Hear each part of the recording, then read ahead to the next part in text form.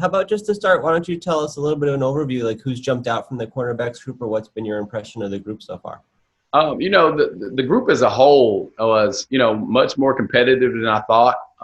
You just never know what to expect when you come into a new place that, has struggled the last couple of years. You just don't know the mindset of that group. And they have totally embraced, that 1-0 win the day mentality. Every day those guys come out there and work. Of course, you got some guys that have played more time. Corey Mayfield has played a bunch of time and played a bunch of football. He stood out to me how hard he practices. Tyreek Woolen, just his athletic ability has stood out to me. Ken Robinson, just his savviness and how smart he is has stood out to me. And there's a number of other guys in that group also. You mentioned Tyreek, being kind of new to the position relative to a lot of other guys. How have you seen him make that adjustment? Well, what I always say, when you get a kid that's switching over from a different position, you don't have a bunch of bad habits to break. So it's basically like me molding him. I think he played one game last season. The thing that I like about him is that he's going to ask questions. He wants to be right.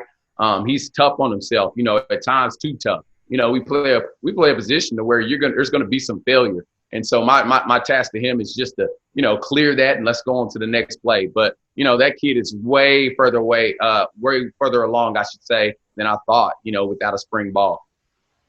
Can you see that there are some parts of the game and of the position that he's still picking up because he's new to it, like areas that he has to develop as a cornerback because he doesn't have that experience? Absolutely. It's just reps, just in general. He just hadn't seen everything. Guys that have played corner, they've probably seen everything because they've been playing a position.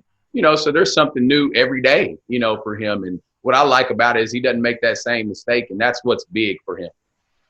How do you evaluate his potential once he can iron out a lot of those things? Well, just to be honest, and don't tell him I said this, hopefully he ain't watching this interview. I mean, if that kid does right, he has, pro ability. I've seen that. I'm talking about size, speed, jumping ability. He has that, but, he has to reach that. And we still got a long ways to go. But athletically, he has all the potential in the world.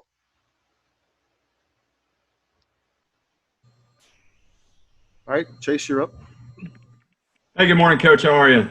Morning. How are you? Doing great. Hey, I wanted to ask you about Javion. We're going to talk to him soon. He's a local kid coming home. What have you noticed in his game, and what does he bring to your group? Well, just how hard he works.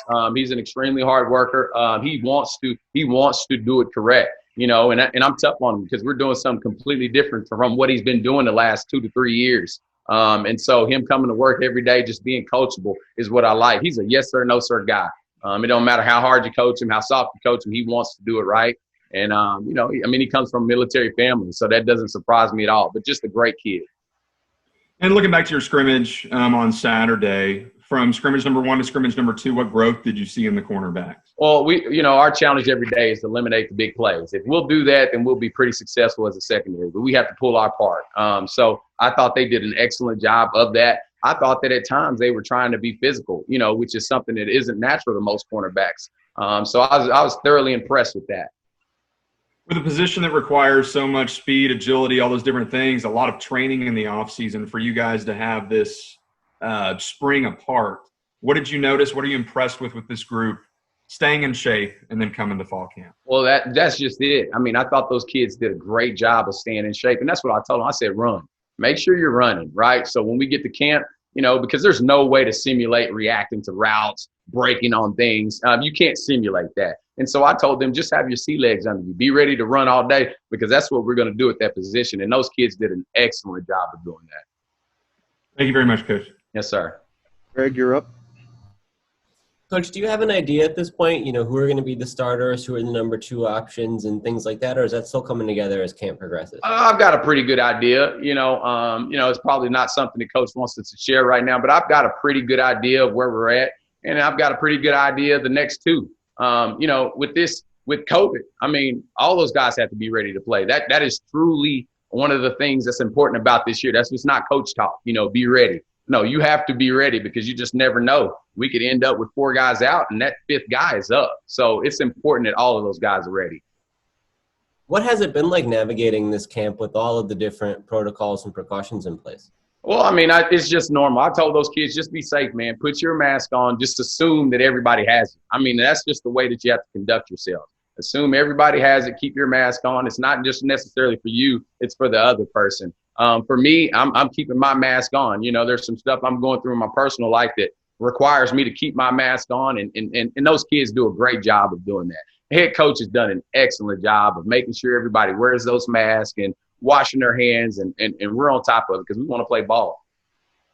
With students coming back and classes getting rolling, is there a new set of challenges that's popping up the last week or so, and how do you guys approach that? Yeah, you got to lock it down even more. Now, we've talked all camp about our bubble, staying inside of our bubble, keeping everybody out. Well, now, there's regular students on campus, and so we have to do an even better job of insulating ourselves. When we're going to class, when we're walking around campus, we got to make sure that we have those masks on, washing our hands. And so I think this already habit for our kids, so it won't be a problem. Do you personally feel totally safe going through the season, or how do you evaluate the prospects of the year ahead?